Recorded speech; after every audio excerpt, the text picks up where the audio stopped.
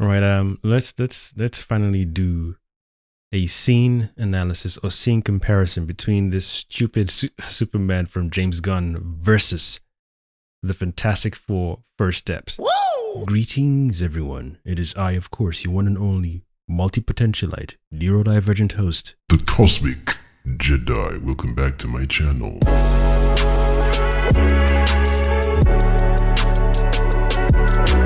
What I want to discuss here is the urgency or the lack of urgency in James Gunn's Superman compared to the urgency in Fantastic Four First Steps. Wait a minute! So the two scenes I'm going to compare, or multiple scenes I'm going to compare, is the kaiju scene in the Superman movie versus the meeting Galactus for the first time scene in Fantastic Four First Steps. Nice. So without further ado, we shall begin with the kaiju scene first, and let's look at how stupid this scene is compared to the scene of Fantastic Four First Steps. Let's proceed, shall we? I didn't even want to talk about this initially. I wanted to wait to the end of the clip and then talk about this, but this already just flaws this scene compared to the other scene from the Fantastic Four movie. If this was a real world scenario, right, I would not be one of these people with an iPhone in my hand whilst this giant monster is rampaging in the city, because you don't know where it's going to step next, and it spits fire already. So this is just a moment. I wanted to do a simple comparison, but it feels like it's going to be a rant/comparison. And here we go. This is where I always ask, what is the director's intention right now with this scene? That's a good question. This monster is loose. It's huge. Any step it takes can crush any human being instantly. Are you serious? Instantly. He ain't lying. This is the thing that irritates me with James Gunn. He just does, stupid shit for the sake of stupid shit because it's playful, and then people will go in the comment section and say it's a comic book movie, it's not supposed to be serious, it's supposed to be goofy. I don't really know what that means when you say it's supposed to be goofy, because if you're trying to say you're making fun of some aspects of human beings or humanity when met with danger, they don't really take it seriously. Like these people with their phones out, I don't understand what this is. Is this an allegory for something? Because this is really, really stupid. So the director right now is not even showing us how dangerous this is, because he's already downplaying the seriousness and urgency of the scene by having these foolish, incompetent human beings taking pictures and selfies or recording the kaiju. Even in the Godzilla movies, I don't remember any people standing so close to the kaiju. That's right. There's no sirens around them. There's no evacuation around them. Some people are fleeing the scene, yes, but there's no, police. There's no fire trucks. There's no, please step away from the monster. This way, this way. Zero urgency, zero tension. That boy is good. Even Superman could have been talking to the people, please move away. It took the Green Lantern and the other two to come before he used his ring to create this boom box, whatever, and tell everyone to step back. Well, duh. I don't even feel that that's needed, because for the superhero to tell people, please step away, it's already making the people look extra stupid. Damn. I understand that it's Metropolis, so it's like, Metropolis is always dealing with monsters every Tuesday or every Thursday. It's normal for us. Yes, fine. But within said normality, are you trying to say no one dies in this city? No one dies in this world because it's a comic book movie, so therefore it's goofy, it's not that serious. Check, please. We're supposed to immerse ourselves in these movies and these stories, but this is not a real human thing that most of us would do. Just because some of us would do it doesn't mean you should feature those people in your movie. Yeah. This is why I said this movie felt like an insult to the intelligence of human beings, because oh my God, just this clip alone is so jarring. To just stand in front of this kaiju. Imagine standing in front of Godzilla and another Titan monster doing this with the phone. Unless it's in the old school original movies where people have some devices recording. I don't remember this being in the recent Godzilla movies where people are standing in front of kaijus and recording the freaking monster. Zero tension, zero urgency. But again, people in the comment section, it's supposed to be goofy. It's supposed to be funny. It's not supposed to be so serious. Whatever, man. Damn, son. I mean, those guys are running away, but I wonder why Superman didn't fly and pick up the dog the same way he picked up the lady underneath the foot of the kaiju and the same way he picked up the squirrel. I wonder why he didn't do the exact same motion here with the dog, but whatever. All this is just pointless. We didn't even need to see the scene because James Gunn could have easily done the same motion he used for the squirrel and the lady underneath the kaiju's foot to do the exact same thing with this dog. We didn't need to see this. You ain't lying. And yet, whilst all this is going on, the kaiju's doing nothing. He's just standing still. No fire breath, nothing.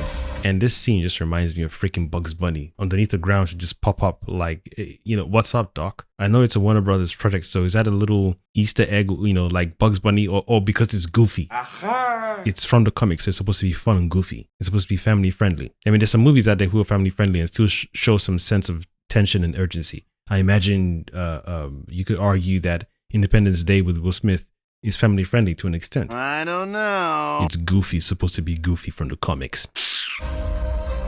What is she doing there? Where is this child's mom? That's a good question. Again, like I said earlier on, I imagine because it's Metropolis and there's a monster every 2 days of the week, fine. Just because that seems to be some form of normality in your city doesn't mean this should be normal. No child should be this close to any form of danger whatsoever. There's another person here behind the child with their phone in their hand. Where is this child's mother or father? That's a good question. Why is this child so close to a potential danger where that thing can take her life if she's not careful? You ain't lying. And whilst all this is going on, the kaiju has not stomped, hasn't punched the floor, hasn't raised his leg to hit the floor, especially while Superman was doing all that stuff. He could have punched a few buildings, used his fire breath on the people recording. I can just about hear people say, well, the kaiju is not supposed to be a serious threat. It's supposed to be a distraction just to keep Superman busy. Yes.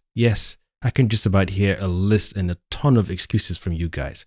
Of course it's supposed to keep Superman busy. Well, duh. Lex knows the creature is stupid and doesn't really pose a threat per se. Again, back to the director. What do you want us to feel at this particular moment? Clearly not urgency, not tension. Woo, I'm about to make a name for myself here. Even this scene as well. Just jarring to watch. Look at this. Same thing. Zero attention, zero urgency. Jitter's coffee shop, about 7 feet tall, but it has apparently been growing. Watch this. As soon as he turns his back to the kaiju, nothing is happening. Zero tension, zero urgency. Again, I already stated, I can just about hear the people saying the kaiju lacks ferociousness and intelligence. It's just a small creature, or underdeveloped brain with a huge body. Everyone's going to make excuses. Everyone's going to make... Fuck. This is just a moment. I'm surprised James Gunn himself hasn't come out yet to describe the origin of this kaiju. It's where its parents come from, the development of its mentality or its intelligence. I'm surprised he hasn't. I don't even know how or where Lex Luthor got this creature from. I mean, fair enough. We already had the understanding that Lex is so smart in this movie. Anything and everything is possible. Where did he go to nab this thing? If he didn't get it from space, what did he put together? What genes did he splice? What creatures on Earth did he splice their genes together to create this kind of creature? And what's the function? That's a good question. Let's say there's a serious battle going on and you want to control this kaiju.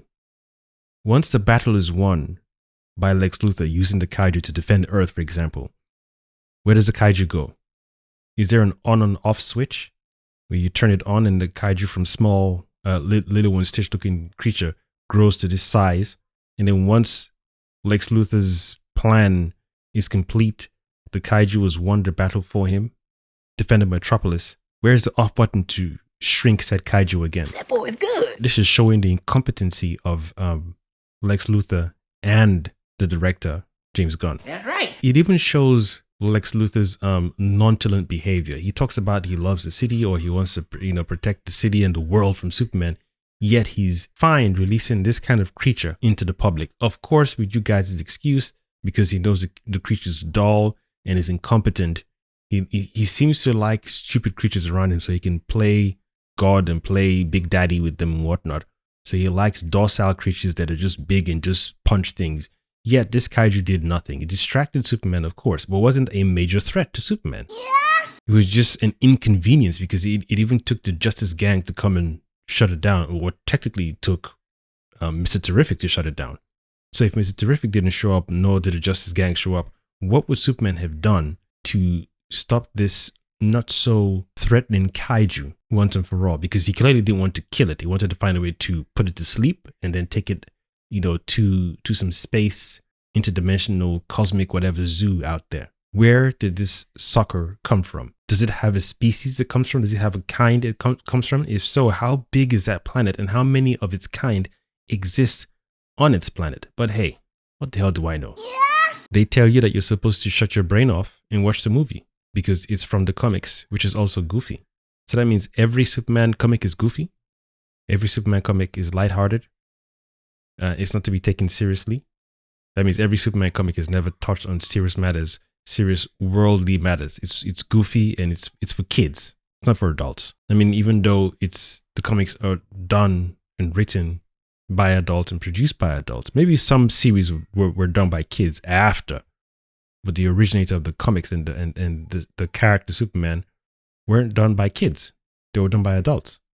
But again, what the hell do I know, right? That's right. He's even having a conversation with people in the building. Are you guys okay? Do you need a glass of water? Do you need some tea, some milk, some coffee? What, you want me to go get you some sandwiches? The kaiju's just standing there doing nothing, wailing and roaring. And I'm playing the excuse for these guys again in the comment section because it's a stupid kaiju with zero intelligence. That's why I would like to know the backstory of said kaiju, where it comes from, its planet, its mother, its father, its siblings, if it has any siblings. If it's a male creature or female creature, if they copulate, if they can grow to that huge size, how do you shrink it back to the smaller size? That's a good question. But again, like I said, what do I know? Get this man a shield. All this time he's talking to these people, that kaiju could have smacked the back of Superman's head. And maybe Superman wouldn't feel it too tough, I guess. But still, just show that the monster is trying something at least. Willingly? Yes. There are things you do in your movie and the things you don't do. That's right. Lex should have used the situation to release the kaiju and then release the planet, his squad that he made to come and save the day from the kaiju. Have the team come, have a choreographed fight thing and whatnot. They punch a few parts of the kaiju's body and then it shrinks back down, or they knock it out, it's asleep, or it's unconscious, and then, they find a way to shrink it back to its regular size or something. Like I said, Superman didn't even discuss with Mr. Terrific, how do we even get it back to its normal size? Because I heard, since I've got super hearing, I heard that this thing was very little when it came out earlier on, and now it's grown to this size. First of all, how the hell did it even do that, and where is it from? That's right. The probability of this kaiju killing people should be very, very high because because of its size, because of the way it's moving, and it so happened to be placed where, or not even placed, so happened to be moving in such a location where there's enough space between it and the buildings. Now, if we had seen a scene where Lex Luthor said, "Oh, make sure you release him in a particular location," or after they released him, you could see that Lex had set up some perimeters where the creature couldn't move past because it was like sensory dampener or something that blocked or irritated the creature past a particular boundary or border. So letting us know that, Lex is still behind the scenes manipulating things. So even though the kaiju wants to move further into the city, Lex has his barriers where he just wants to keep the fight and the collateral damage to a minimum. We could have had that, or maybe have even Mr. Terrific do that. Have the Justice Gang show up in time, have Mr. Terrific throw out his spheres around the kaiju, so that way they're keeping the fight contained, and maybe it's emitting a particular frequency that's irritating the kaiju so that the kaiju can't move further in. That as a creature that size should have crushed at least 2 buildings. Yes, it uses fire breath and whatnot, fine, but it should have at least, on average, with the law of probability, you should have at least crushed 2 buildings on average and killed some people. Damn, son. You ain't lying. Now, I understand that this is supposed to be a family-friendly movie. And not every family-friendly movie, Superman or not, superhero or not, is this dense, is this goofy and stupid and comical and silly. Damn. You're a mean one. Mr. Grinch. You won't come to the comment section and tell me every Superman comic is goofy and stupid. Bullshit. Damn. Bullshit. Yeah. Now, if you're trying to say the specific comic or comics James Gunn was inspired by to make this movie, because I watched, like I said in my previous videos, I watched the All-Star Superman cartoon, and it's boring and it's trash and it's dull. Even the art style is visually jarring. Whereas when I watched the Superman Doomsday animation, beautiful art style, beautiful feature-length animation movie, and beautiful action. Yeah. That's how you do Superman. Hey, buddy. Eyes up here. Still talking, no reaction from the kaiju, just, oh my god.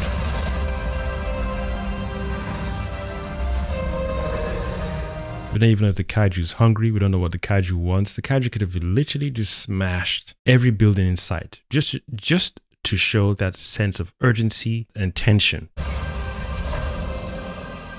Yeah, that's it. That's it. It's a shame. It's a shame. And when this scene came up, even though I'd already seen it and seen this clip in the trailer, I was like, yeah, okay, hopefully, when it comes to the full scene in the movie, the kaiju does some damage. Didn't even grab Superman once, didn't hold him and twist him and stretch him or try to rip him apart, nothing. Just standing there and arms wailing and just, and then he seems to spit fire at convenient points. This scene could have really, looked real, could have gone a lot better. It could have gone a lot better. But now let's go to Fantastic Four.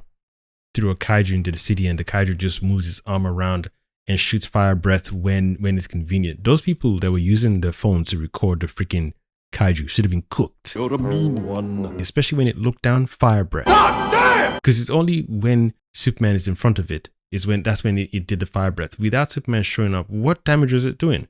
It just shows you how stupid the director is, that he just thought, let me just throw this in because it's fun. What are you doing, dude? Because it's fun. Let's switch over to the Fantastic Four.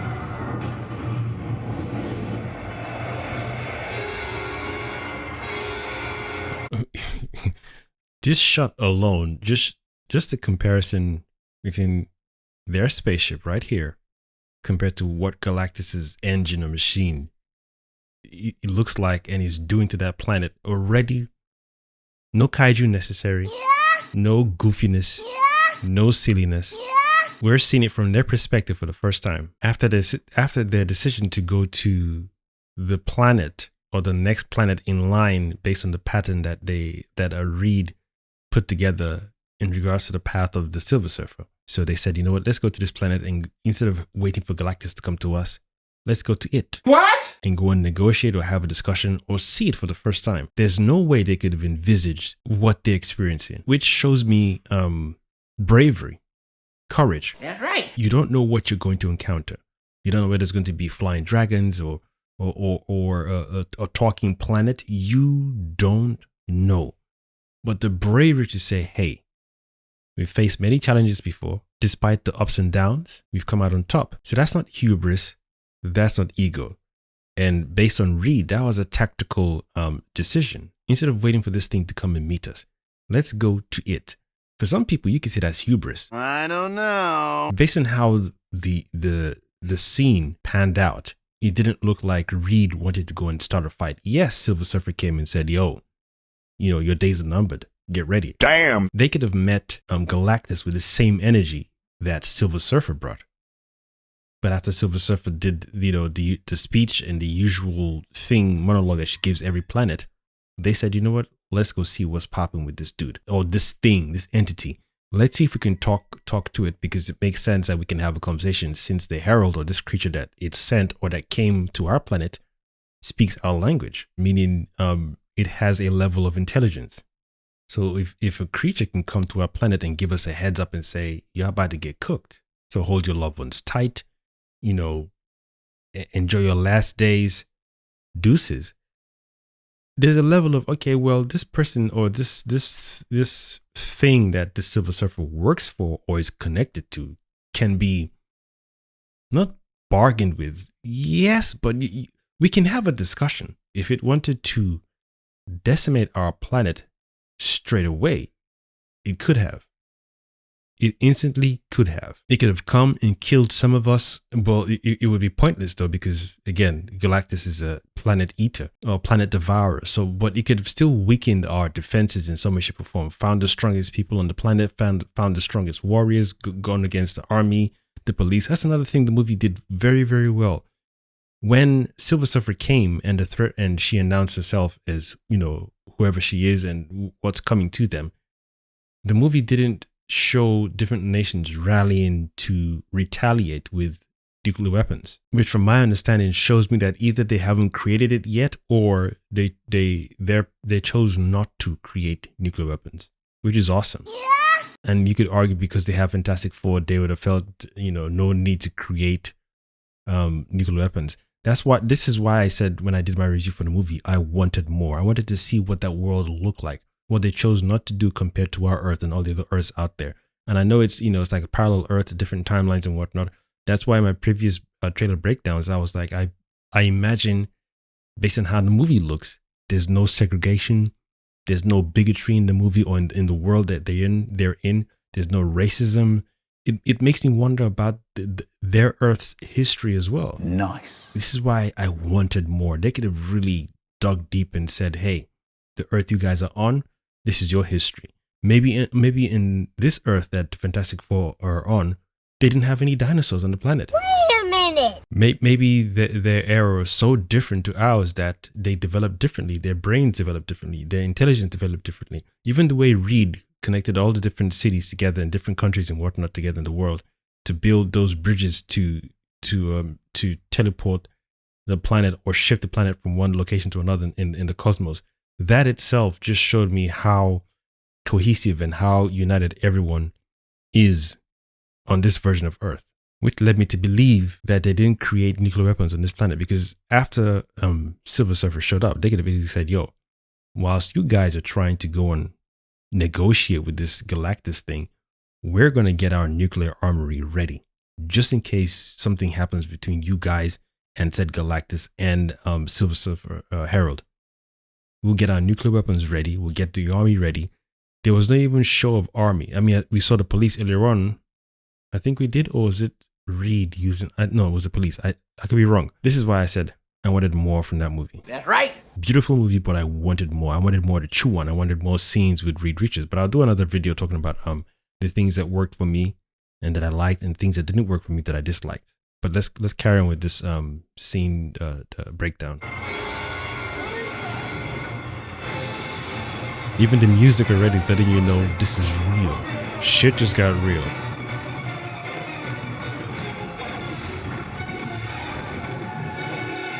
The music is already letting you know, yo, we're not in Kansas anymore.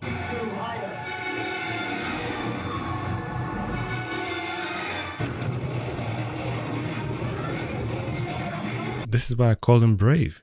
Because you don't know what you're going to encounter upon arrival. You have no matter how smart Reed is, Reed couldn't foresee Galactus being this huge, couldn't foresee the threat and danger that Galactus poses. They could have panicked, maybe said, you know what, we don't think we can take on a creature that devours a planet or that eats a planet. But the four of them still said, let's do it, with a pregnant woman. And you want to sit down here and compare this beauty to that trash Superman movie and say the Superman movie is better than this? Come on, don't insult me. That's right. And this part too?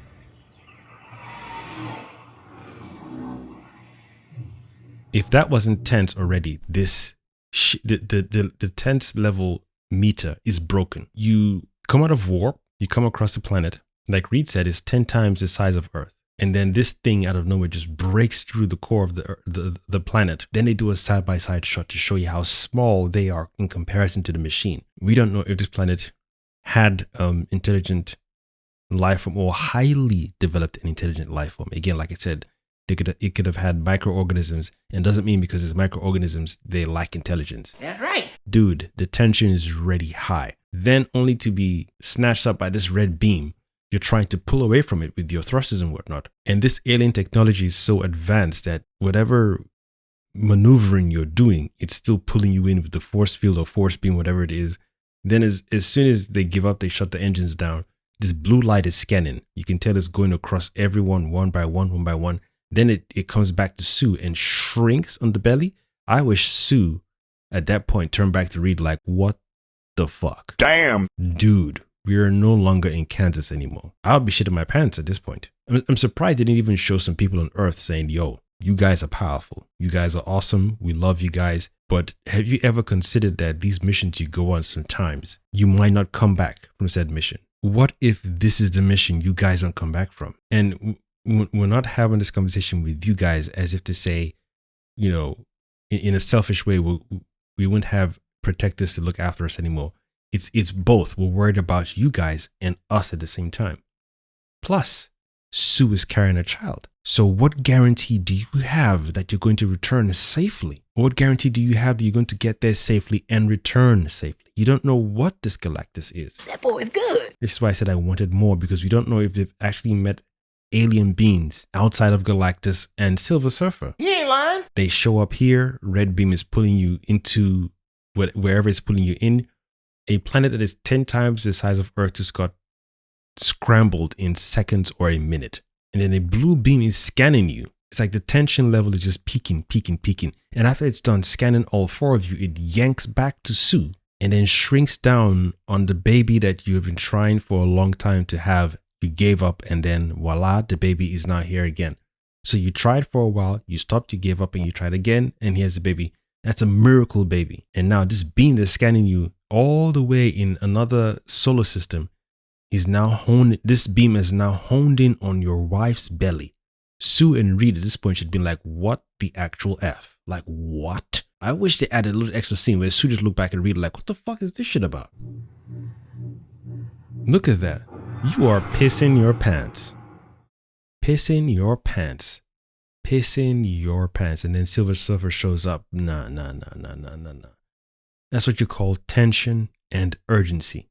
Done well. Yes. Tension and urgency done well. You ain't lying. No assholes with their iPhones trying to selfie and record spaceship and a giant space god or whatever. No dumbness. Oh, it's in the comics. It's goofy. Don't take it so seriously. Eat popcorn and shut up.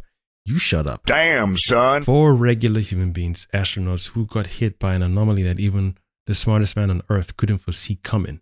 A unique experience. And such a bold move to say, instead of waiting for this Galactus thing to show up, we need to go and check it out because it's destroyed 5 planets so far, or even more than we know. But based on the limited tech so far, I can tell that it's this Silver Surfer, every planet and every solar system it showed up into. After a while, those planets they're gone. Maybe 1 or 2 micro aspects of the planet left, but they're all gone, as in devoured, dead. All life forms finished. No comebacks, no return, no resurrection, done. And then after finding all that out, hey, I've got an idea. Why don't we go to this Galactus thing? What? You must be out of your goddamn mind. Tension already at high. No dumb kaiju shit. Damn. No selfie. Damn. No turn around to strangers and say, you guys okay? Everybody okay? Whilst the kaiju is just going, what are you doing? What do you want us to feel in this scene? You want us to laugh with the kaiju? You don't know how to feel because your kaiju is being recorded by stupid human beings. So we're like, well, okay, there's no threat. We're just watching things happen on screen. There's no threat. There's no urgency. Zero tension. Epic fail. Compared to this movie, however, dude, they haven't even seen Galactus yet. What? Tension is high already.